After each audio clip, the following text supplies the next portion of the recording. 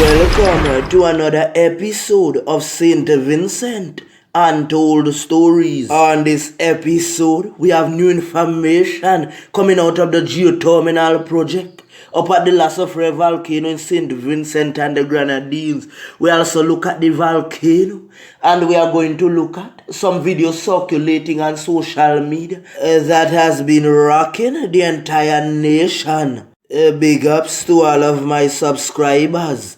And if you are new to the channel, hit the like button, the subscribe button, and hit the bell icon. You see, in this episode, I'm going to reveal a secret that is gonna rock St. Vincent. Several years ago, a project was started called the geothermal project. They said that this project would make electricity much cheaper than it is today. Some agreed and some opposed it. Some were saying that the timing was wrong, that they had better use to do with the money. So some little short man coming from overseas, the short men started to move up some containers. If you see container, it had looked like St. Vincent had found an oil rig. The amount of containers that were going up. You might have said to yourself, watch an industry. So the short men came in, they set up the plant, and they dug a hole to get some water. As the drilling process started, the first hole, they didn't find any permeable energy. Persons started to go sightseeing. So while sightseeing, they saw this deep hole. In the Caribbean, a deep hole is what we call a pond. So they started to go around it. Some people started to swim in it. A word started to spread. Then the entire community of Georgetown went. Sandy Bay went. Every part of the countryside went. Then it spread again like wildfire. Town came up. Leeward came up. Everybody wanted to be at the geothermal every day. To be honest, it's the most pots I ever see cooked in my life. Sometimes all you have to take with you is your bowl, because they would give you food, rice cooking here, banana and dumpling, and wily guti and guana cooking over there, crayfish and lobster cooking one side, goat meat and cow meat one side. As a geothermal pond, it was like a beach in the middle of the mountains.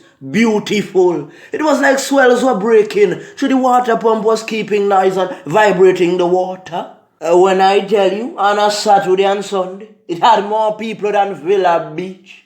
And this Villa Beach, everyone want to go on Sunday and on Saturday. Tourists, what I want you to do is to Google Salt Whistle Bay in Mairo.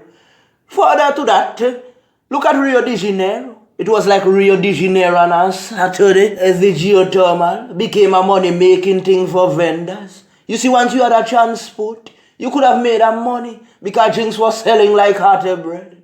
We did love the geothermal so much that we did camp out up the one Independence. We went round the clock, non-stop jamming. One or two outsiders started to come. And when they came and they ate and so on, they started to throw the plates on the ground, the glass on the ground, which while they were bins, they could have put them in. Because they had garbage bags, the vendors had their stuff out for you to put the garbage. But when people intoxicated, they do anything. People were calling for a gate to be installed at the geothermal. But you see, other people opposed it, because when you lock up everything, where would the people go? The guys from overseas continued to dig. So they dug another hole again. They didn't find much.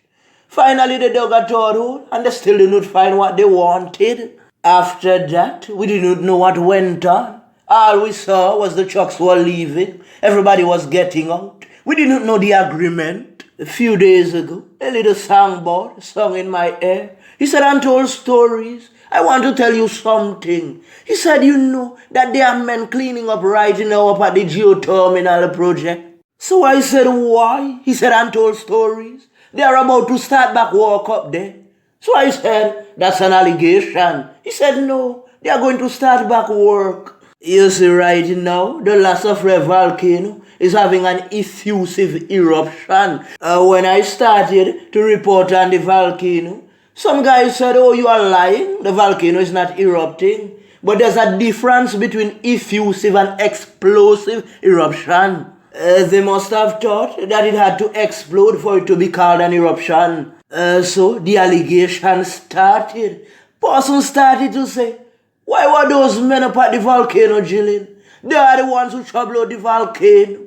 If they hadn't troubled the volcano, it would have been good. It wouldn't have erupted. Remember, I told you several times before that at Untold Stories, we don't go by lies or hearsay. We work off of the truth. So we did our investigation. So after conducting our research, we found out that the geothermal projects were all over the world and none of them ever activated a volcano. Tell me something. So now that the volcano is erupting in an effusive state, you notice Nemo has been staying calm for a while. Does Nemo know that these men are up there? Nemo, we need answers. Is it erupting or not? Why are the geothermal men up there? Does it have enough permeable energy now to start the geothermal project? PM, aka Wall Boss, am I speaking the truth or not?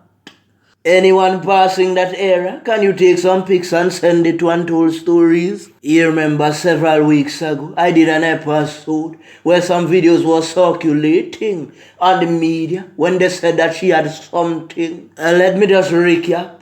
Several videos and the posts started to circulate on the media. In the written words, it said something like, oh, I'm on medication and I don't want to get pregnant while taking these pills. Which pills? The big H.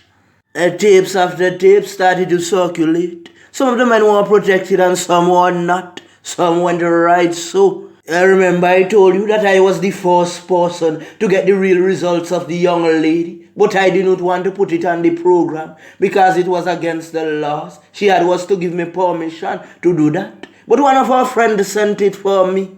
After, few others got a hold of it.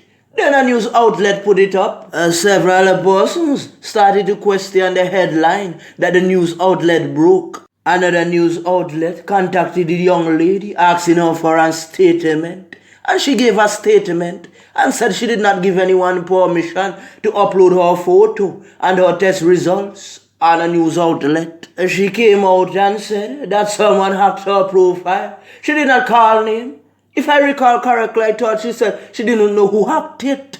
Remember I told you, once somebody tried to access your Facebook profile, that Facebook would update you and tell you someone is trying to access your profile. You see, if she have a screenshot of that, she win everything. The man will upload that against her. She could check the phone and see the location. If it was sent from England, from Canada, where was it sent from? You see, if someone tried to access your Facebook profile from Nigeria, Facebook would tell you, someone tried to access your profile from Nigeria with a Samsung S10. Was that you? So she said someone hacked the profile. But how did they get access to the videos? Was she sending them around in the messenger so that they would be stored in the messenger so the person who hacked the profile could access them? If the young lady did lose her phone, I should say that she phoned her and somebody accessed it, it would have been different. But when you are coming out and saying somebody hacked your profile without showing us a screenshot that yes, someone tried to access this profile, it is like presenting a court case without substantial evidence. And so the young lady said that she was going to sue the outlet that uploaded her photo. As the information that the news broadcasted came from the post that came from the said profile. If you want to know what I'm talking about, the stories on ANN News and Cliplet News. So with that one, let us leave a question mark there for now. I will come back later on in the program to show you something. Several days after, couple more video came out. This time with a young lady from the Beckway area. Several days went by and she never said anything. I saw a guy that is on my WhatsApp status. He commented under her photo and told her about the videos. So she could not say that she never saw them. But like it got overbearing because like some close friends and family members were telling her about it. Then she came out on a live and said that the guy that she was in the video with was her first cousin. She said at the first that she never knew that they were cousins. Probably they met online or something. So she said because she didn't want to follow certain rules that the guy exposed her on some tapes. She said that she never gave it up freely. The guy hit her several times in her head and she had to give it up. In the video circulating, it looked like that she was the one enjoying giving it up. You ever went to one of those horse races in Barbados? Or you must have seen them on the television with some little short man they called a jockey and they gallop on the horse. And so she was galloping. So she said the man doing her off and she went to the police. She told her parents about it and so forth. But because of her anti-child, she did not want to expose him. He's not your aunt's child, your first cousin. So how come you didn't know that? But you know his mother was your aunt. This is change. She had a couple of screenshots that she said that the guy sent. She even published the guy's name on social media. Some other relatives or some other girls that the guy was with came forward in the comment section and said they knew the guy personally and he was a beta man. You see, the reason why we didn't really touch the story as yet.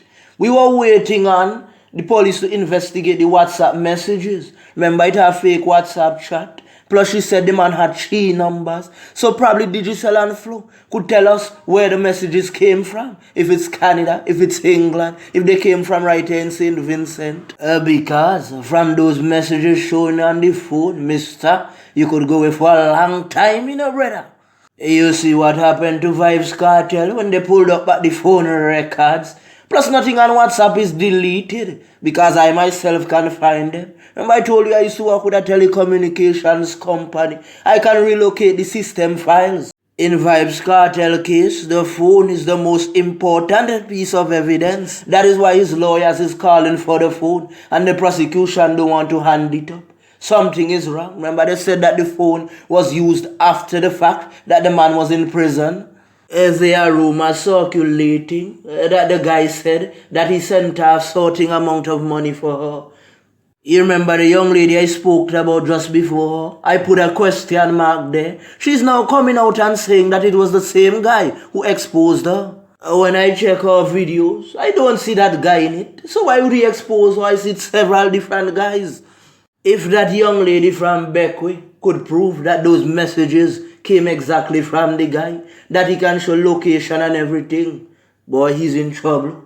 But if he can prove that he did not send the messages, then that's a shaky one. Somebody seems to be a liar here. You know what? They said the matter is in the hands of the police. So we'll let the judge decide. Let him make a Solomon decision. Let him go through the case thoroughly and make sure find out who's lying and who's telling the truth. The article is in the Searchlight newspaper, so you could go and check it out. I think it's on 784 News as well. So you could go and check it out and then come back in the comment section and tell me what you think about it. The reason why I cannot show the videos on my YouTube page is because YouTube has much strict policies than Facebook. On Facebook you can just upload anything, but on YouTube you cannot. What I will do right now, I'm working on my website. I will provide you a link in the description so you can go there and watch the videos very soon. Remember to hit the notification bell if you wish to see more. I'm out.